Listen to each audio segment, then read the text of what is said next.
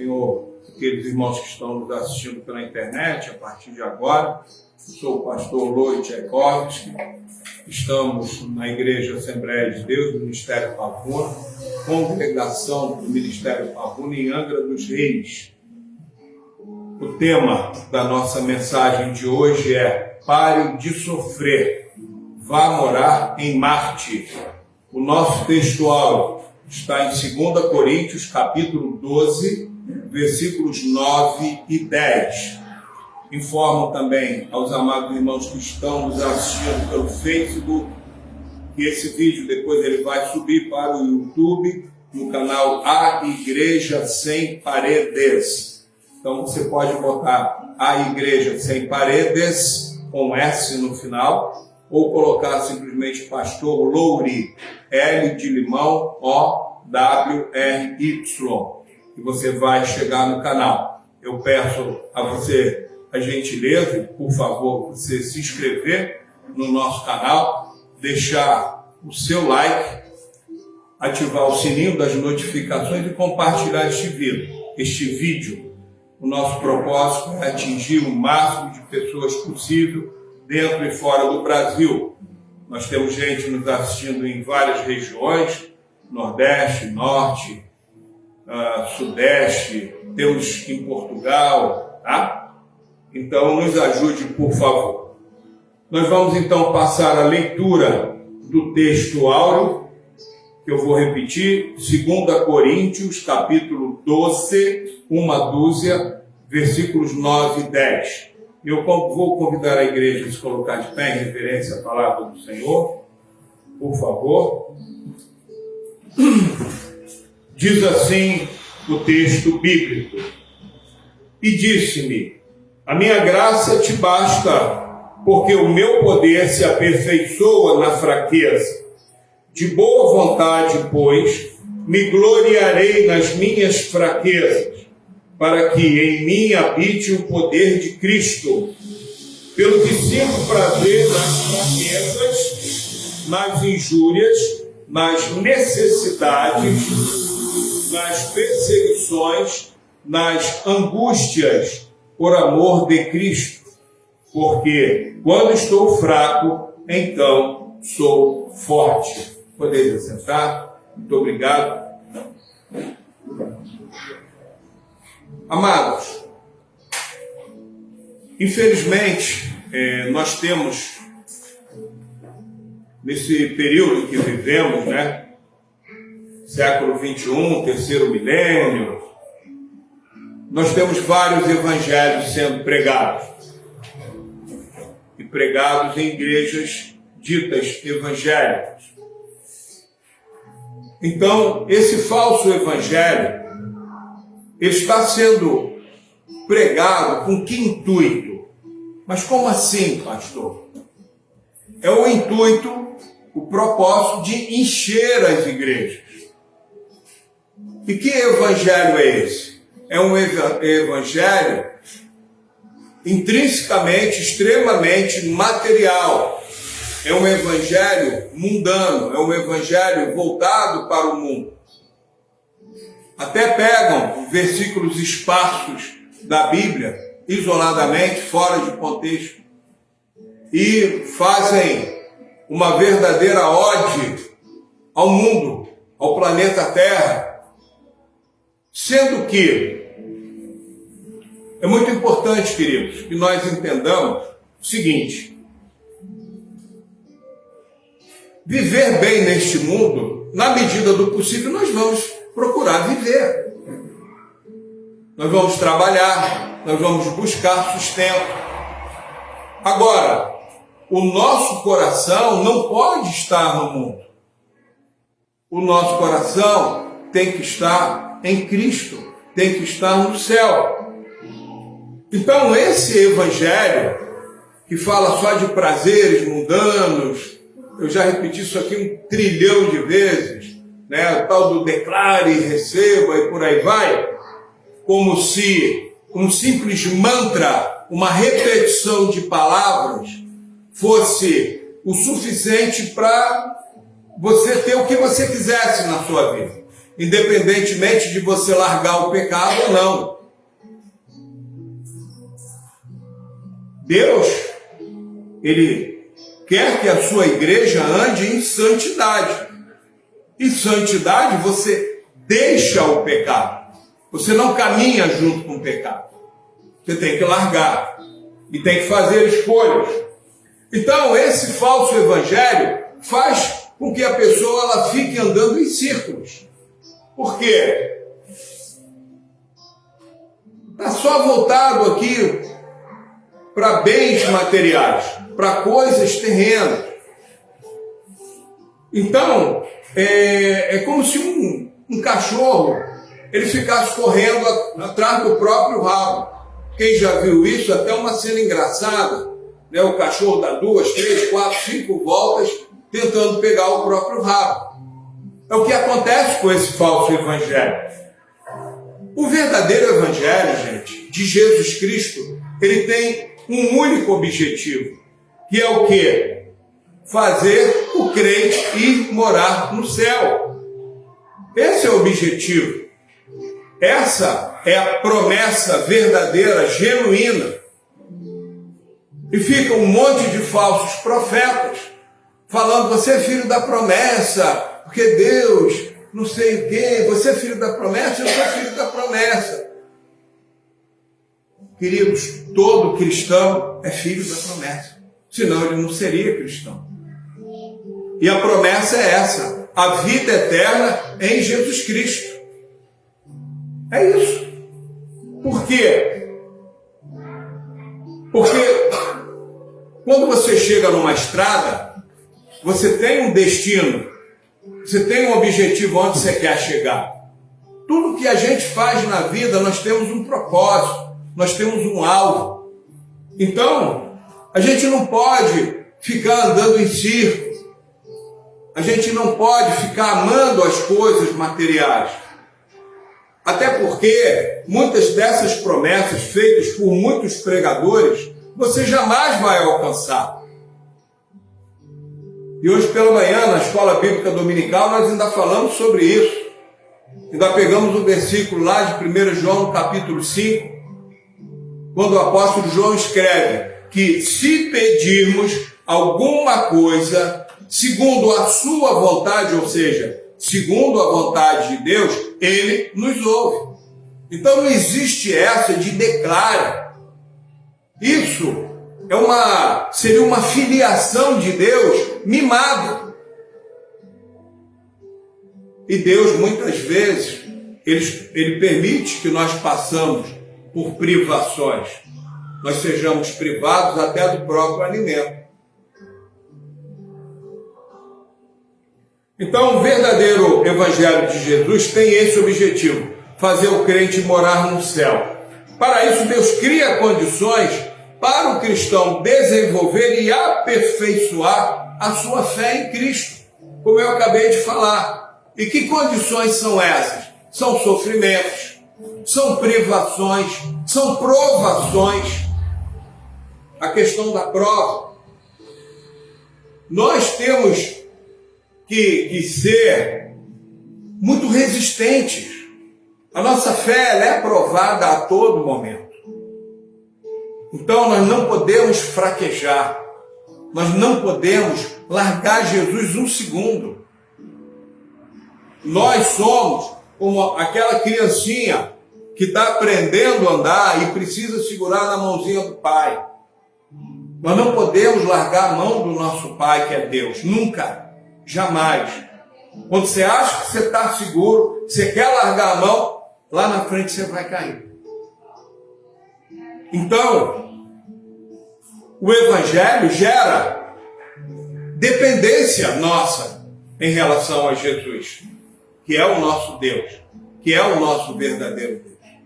Nós temos que ser dependentes. Não existe um Evangelho onde você tem autonomia. Ah, não tem autonomia. Ah, não, esse negócio de fé, ficar orando toda hora. Então você vai contradizer a Bíblia. A Bíblia diz, orai sem cessar. Cessar é terminar, é acabar. É não dar continuidade. Então, se você vai orar sem cessar, você vai passar 24 horas do teu dia em oração. Porque esse é o desejo de Deus para conosco, irmãos. Que a gente tenha essa aliança com Ele e aprofunde essa aliança cada vez mais. Aí quando você acha que é o dono de tudo, o que que vem? Aí você come um treco, aí dá logo uma diarreia. Aí você fica 3, 4 dias ali só fazendo água, e com cólica, e com aquele desconforto. Você pensa que vai sair de casa, você bota a cara no portão, aí já dá a cólica, você volta para o banheiro. Porque nós somos frágeis, irmão. Qualquer coisa nos tira de combate. Então, por isso que nós temos que depender de Deus. E quando você vê gente dizendo, pare de sofrer, não estou aqui pregando contra essa ou aquela denominação, não. Contra esse tipo de mensagem. Pare de sofrer como, cara pálida? Vai rasgar o evangelho? Como é que é isso? É outro evangelho escrito por quem? É vereador que escreveu isso? É prefeito? É político? Que Deus não escreveu. Queridos, falta temor a Deus para muita gente. E muita gente que está pregando esse tipo de coisa vai dar conta a Deus. Por ser irresponsável. Entendido até aqui, queridos? Amém? Amém. Tá? Muito bem. Não quer dizer necessariamente que o evangelho é só sofrimento. Não. Você vai ter dias felizes, você vai ter momentos felizes. Enfim. Agora, onde está o teu tesouro, o teu coração, melhor dizendo, aí está o teu tesouro. Então, o que vale mais para você? As coisas terrenas ou o céu? O céu, gente, é coisa tão linda que é impossível de ser descrito. Nunca passou pela imaginação do homem como vai ser o dia que nós estivermos morando na Nova Jerusalém, na Canaã celestial com Jesus. Vai ser algo assim, sabe? Incrível, incrível. Então vamos lá. Nós lemos 2 Coríntios capítulo 12, né? Agora vamos voltar um capítulo, por gentileza, vamos para o capítulo 11. Vamos pegar um texto auxiliar aqui. 2 Coríntios capítulo 11, voltamos um capítulo somente. A partir do versículo 22 até o 27. E aqui, o que nós vamos ver? Nós vamos ver o testemunho do apóstolo Paulo. Como ele, sendo um apóstolo do Senhor, a quantidade de sofrimentos, de provações que ele passou. Tá? Então, nós estamos agora em 2 Coríntios, capítulo 11, tá bom? A partir do versículo 22 até o 27. Diz assim, você que está em sua casa, abra sua Bíblia também, acompanhe conosco. São hebreus? Paulo pergunta. Também eu. São israelitas? Também eu. São descendência de Abraão? Também eu. São ministros de Cristo? Falo como fora de mim. Eu ainda mais. E aí ele começa, Paulo, em trabalhos muito mais. Quer dizer, Paulo trabalhou muito mais do que muita gente por amor ao Evangelho. Em açoites, mais do que eles. O que é açoite? É levar surra de chicote. Acredito que aqui ninguém deve ter levado até hoje uma surra de chicote por amor ao Evangelho. Não é por se meter em encrenca na rua, não. Estou falando por amor a Jesus. Em prisões, muito mais. Paulo foi preso diversas vezes. Em perigo de morte, muitas vezes. O apóstolo Paulo, ele passou por perigos de morte. No versículo 24 ele diz: recebi dos judeus 5 quarentenas de açoites, menos 1. 5 quarentenas, eu imagino que seja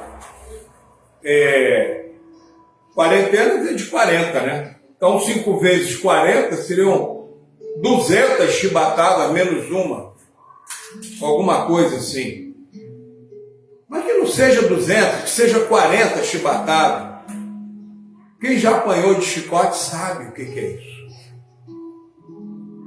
E o chicote, ele vai abrindo a carne, ele vai rasgando a pele. Aí Paulo diz no versículo 25: 3 vezes fui açoitado com varas. Então não foi só o chicote, com varas também. Uma vez fui apedrejado. Vocês já foram apedrejados? 3 vezes sofri naufrágio. Naufrágio, para ficar bem simples, você está num barco, num navio, aquilo ali afunda. E você fica à deriva no mar. Ou agarrado numa madeira, em alguma coisa que boie, ou nadando. E ele diz: uma noite e um dia passei no abismo. Uma noite e um dia no abismo. Em viagens, muitas vezes. Em perigos de rios. Quem já navegou em rio aqui? Eu já naveguei algumas vezes em vários rios pelo Brasil afora, na Amazônia, passando por Corredeira, que é aquele trecho do rio, que tem aquele monte de pedra, e às vezes aquela embarcação, aquela canoa, enfim, aquele barquinho vai passando ali entre as pedras a ponto de quebrar. Então, Paulo está dizendo aqui, em perigos de rios, em perigos de salteadores, ou seja, de ladrões, de bandidos, em perigos dos da minha nação. Olha só, os próprios judeus perseguindo o apóstolo Paulo. Em perigos dos gentios, em perigos na cidade, em perigos no deserto. Gente, o deserto nem precisa ter perigo nenhum. Deserto, o nome já está dizendo. Você está ali exposto ao sol, sem ar, com aquela areia escaldante, aquilo ferve o seu pé. E Paulo está dizendo aqui, em perigos no deserto, em perigos no mar, em perigos entre falsos irmãos. E aqui eu faço uma pausa. Falsos irmãos. Aí a nossa tendência é, cadê eles? Mas não é essa a pergunta que Deus quer fazer para nós. Deus, hoje, Ele está colocando diante de nós um espelho celestial, um espelho vindo do seu trono, do céu, diante de nós. E perguntando para nós, até que ponto nós somos verdadeiros irmãos, irmãos de verdade, e não falsos irmãos. Até que ponto? Estamos na igreja por quê? Qual é a nossa motivação? É se dar bem ou realmente estreitar, fazer uma aliança firme, inabalável com Jesus? A motivação, queridos. A motivação ela é muito importante para tudo na vida. Você olha no esporte, um atleta, quando ele está motivado, ele treina, ele se dedica, ele ganha medalhas. Aí você vê, às vezes, um outro atleta, às vezes até num time de futebol. Aí a torcida se revolta porque o camarada está andando em campo. Ele não tem motivação. E nós, na igreja, qual é a nossa motivação? A nossa motivação, queridos, eu digo para vocês, o que deve ser sempre? É Jesus. É olhar para Jesus. Se nós formos olhar para cada um e pegar uma relação de defeitos, de coisas que a gente não gosta, a gente nem sai de casa. Então, a gente vem para a igreja para buscar o Senhor, para orar, com lágrimas nos olhos aos pés de Jesus, como estávamos fazendo hoje aqui pela manhã, na nossa consagração. A gente vem para a igreja para isso, suplicar a misericórdia de Deus, para Ele nos transformar. Não me importa se o irmão A, B, C, D ou D, E, F, G está fazendo isso ou aquilo. Isso não cabe a mim. O dono da igreja não é o pastor, é Jesus. O pastor, ele tem sim uma grande, enorme responsabilidade para com as ovelhas do Senhor Jesus. Ele sim é pastor e bispo das nossas almas. E por isso, você que está em casa me assistindo, você deve orar pelo seu pastor. Eu peço encarecidamente à nossa igreja que ore pelo nosso ministério, nos ajude em oração. Nós não somos detentores da verdade, nós somos porta-vozes da verdade e buscamos, para ser exemplo ao rebanho, como diz a Bíblia, vivermos essa verdade. Então, queridos, vejam vocês que Paulo, ele passou perigo entre falsos irmãos. Agora nós não podemos olhar para isso, ficar questionando, será que esse irmão é de verdade, é de mentira? Não. Vamos nós ser cristãos de verdade. Nós sim seremos sempre cristãos de verdade. É isso que importa. E eu vou me dedicar, eu vou me esforçar ao máximo.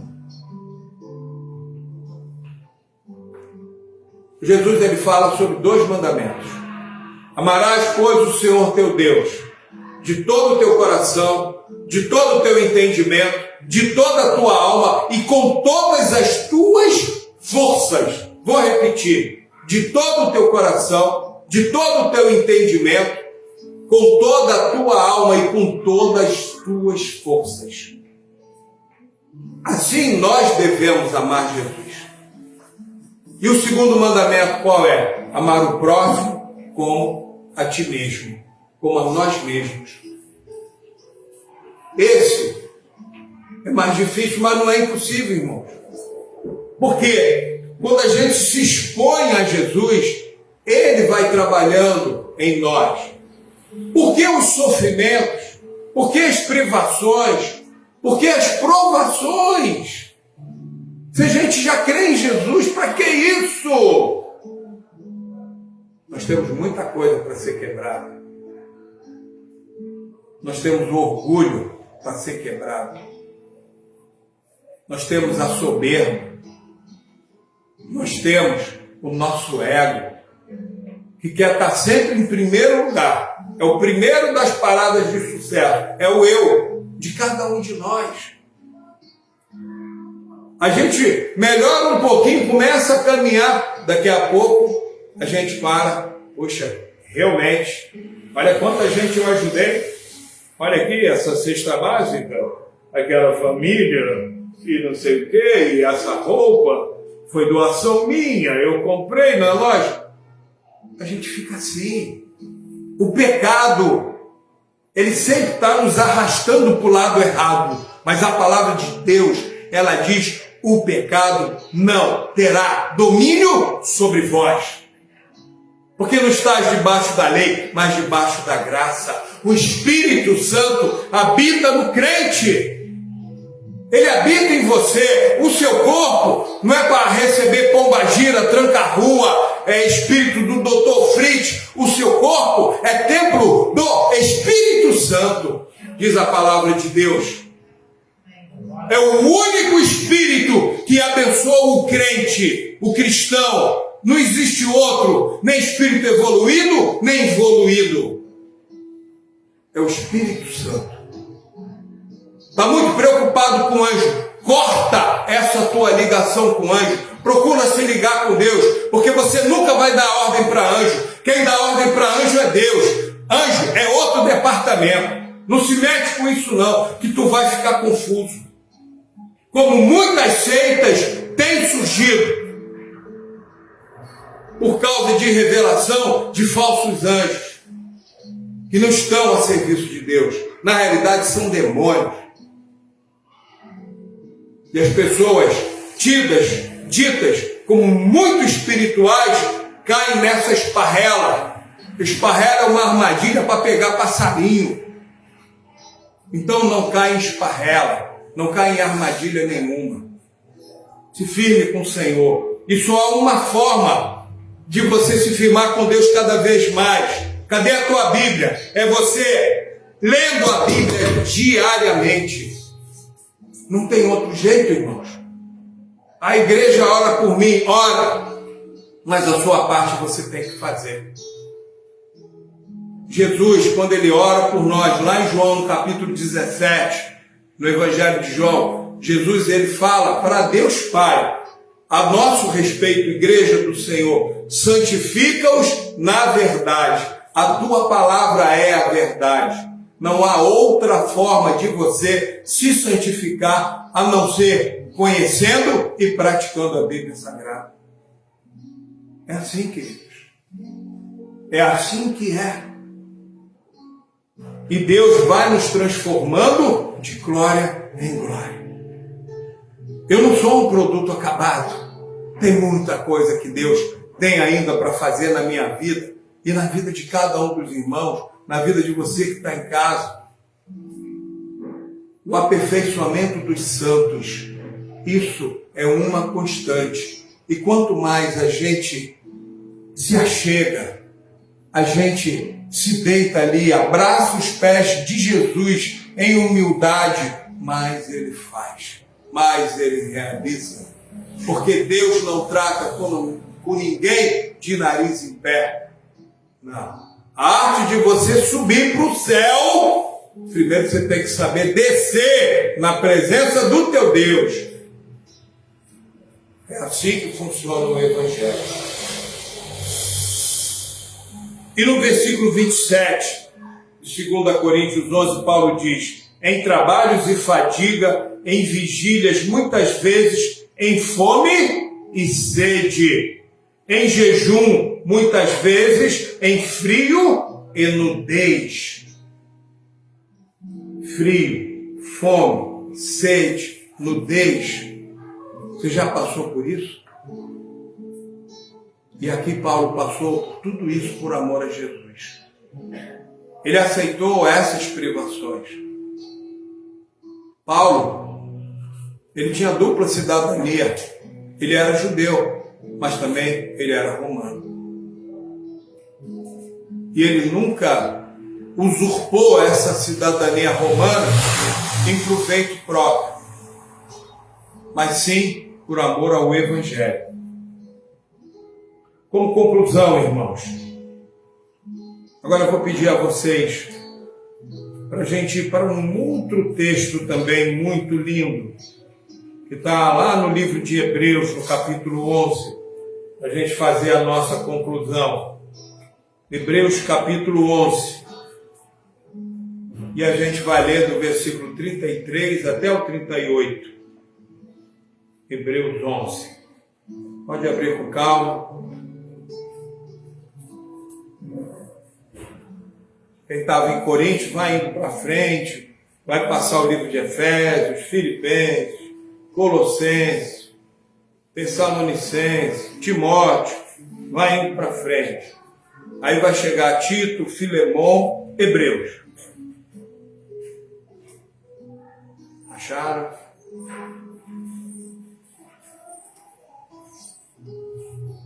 A gente espera mais um pouquinho. Amém?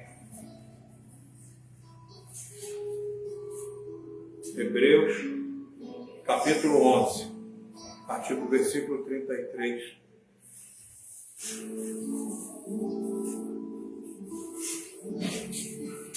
A irmã pode ajudar, por favor, o irmão aqui, por gentileza?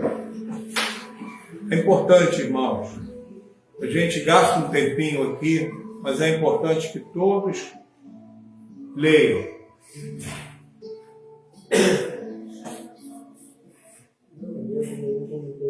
Amém? Okay. Hebreus 11, do 33 ao 38. Tá?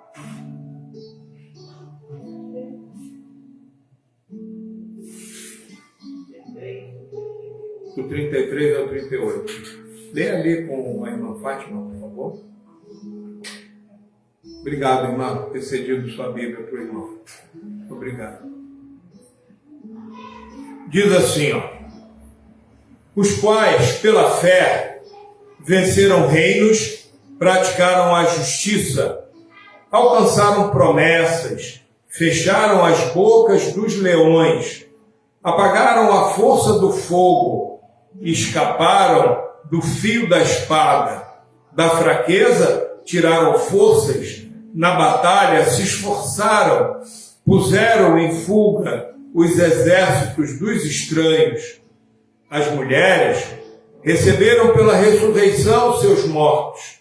Uns foram torturados, não aceitando o seu livramento para alcançarem uma melhor ressurreição. E outros experimentaram escárnios e açoites e até cadeias e prisões. Foram apedrejados, cerrados, tentados, mortos ao fio da espada. Andaram vestidos de peles de ovelhas e de cabras, desamparados, aflitos e maltratados, homens dos quais o mundo não era digno, errantes pelos desertos e montes, e pelas covas e cavernas da terra. Até aqui. Queridos, esse texto, ele fala nada mais, nada menos do que sobre os heróis da fé. Os heróis da fé. Pessoas que foram martirizadas, foram mortas por amor ao Evangelho. E curiosamente, no versículo 38, a Bíblia faz uma menção aqui, homens dos quais o mundo não era digno. Ou seja, o mundo, esse mundo aqui, que muita gente canta em verso e prosa, a Bíblia está dizendo, este mundo não era digno dos heróis da fé. Tal o seu testemunho, tal o seu arrojo, tal a sua dedicação ao Evangelho de Jesus Cristo. E assim, irmãos, nós temos que buscar viver, se dedicar, corpo, alma e espírito, todo o nosso coração na presença do Senhor. Ah, isso é fanatismo? Não. Isso é intimidade com Deus. Pelo contrário, em vez de você ficar fanático, você vai ser uma pessoa extremamente equilibrada e moderada, tanto no falar como no agir. É isso que acontece com a pessoa que realmente vive para Jesus. Eu não estou dizendo que você vai abandonar sua família, seu marido, seus filhos, sua esposa, nada disso. Eu estou falando como Jesus ele ensina. Buscai primeiramente o reino de Deus e a sua justiça, e todas as outras coisas vos serão acrescentadas. Então, buscar o reino de Deus, queridos. Eu tenho certeza que a sua morada celestial, ela vai ser linda e gloriosa. Morar na Nova Jerusalém, como nós cantamos aqui ainda há pouco, né? Sobre o autor e consumador da nossa fé, o autor da nossa fé. Vai ser muito lindo nós habitarmos no céu com os nossos irmãos, habitarmos num lugar onde não haverá mais tristeza, não haverá lágrimas, não haverá mais dor. Os sofrimentos, eles vão ficar nessa vida aqui, porque na vida eterna nós não teremos. Nós habitaremos para sempre com o Senhor. E que isso, queridos, possa ser a sua esperança, a nossa esperança. Quando falar em fé cristã, quando falar em igreja, quando falar na Bíblia, quando falar em irmãos, pense nisso. Não queira pequenar a sua fé. Ah, mas pastor, aquele irmão é chato, aquela irmã é chata. Gente, eu também sou muito chato. Se a gente fosse fazer aqui um concurso de chatice, olha, acho que todos aqui tirariam o primeiro lugar. Com todo o respeito, eu digo. Porque nós sempre temos alguma coisa. Sempre temos. Agora, nós temos que, pelo nosso exemplo de vida, em vez de muita gente falar, tolerar, essa palavra tolerar, ela é meio complexa. Nós temos sim suportar, nós temos que entender a personalidade das pessoas e pelo nosso exemplo e pelas nossas orações, a gente perguntar a si mesmo, poxa, de que maneira, se eu acho aquela pessoa chata, de que maneira eu posso contribuir para aquela pessoa se aperfeiçoar mais? Como é que eu posso fazer? Em vez de simplesmente criticar, de apontar dedo, né, que é uma tendência do ser humano. Mas Jesus, ele fala para nós não julgarmos ninguém. Não julgueis para não ser julgados. Então, às vezes a pessoa está reclamando da outra que está com um cisquinho no olho, mas ela está com uma trave, ou seja, ela está com um graveto aqui, um negócio enfiado aqui dentro do olho e está reclamando do cisco da outra pessoa. Vamos ter outra atitude, irmãos. E outra atitude também com relação a isso que falamos aqui hoje. As privações, as provações, os sofrimentos. Isso não venha servir para você murmurar. Não murmure. Não murmure. Louve a Deus. Senhor, eu te agradeço. Eu estou passando por essa dificuldade aqui. Mas eu tenho certeza, Senhor, que Tu estás passando comigo. Porque essa é a realidade da fé. O Senhor sempre passa conosco. Deus não tem prazer em nos fazer sofrer. Não se trata disso. Mas Ele sabe que para derrotar esse tal de ego, esse tal de orgulho, de vaidade, às vezes é necessário que Ele aperte um pouquinho mais o parafuso. É igual quando nós educamos um filho. Quando você repreende um filho, naquele momento, o filho não gosta. Ele fica zangado, fica chateado. Mas, depois, quando ele se torna adulto, que ele amadurece, ele vai pensar, poxa, meu pai, ele sempre quis o meu bem. A minha mãe sempre quis o meu bem. E aí, o que ele recebeu como educação, ele vai procurar passar para os seus filhos. Isso é um ciclo. Nós, como igreja, irmãos, nós devemos aprender com os mais velhos, os mais experientes na fé. E, acima de tudo, com aqueles irmãos que mais praticam a palavra de Deus. Porque mesmo uma pessoa um pouco mais nova, ela pode nos ensinar muito. Eu aprendo muito com os meus filhos. Aprendo sim, e sempre aprendi. E isso é muito bom. Como igreja, nós temos que ter esta comunhão. Comunhão é repartir, é compartilhar o quê? As alegrias, as tristezas também. Por isso nós temos que orar uns pelos outros, ajudar uns aos outros. A Bíblia diz, levai as cargas uns dos outros.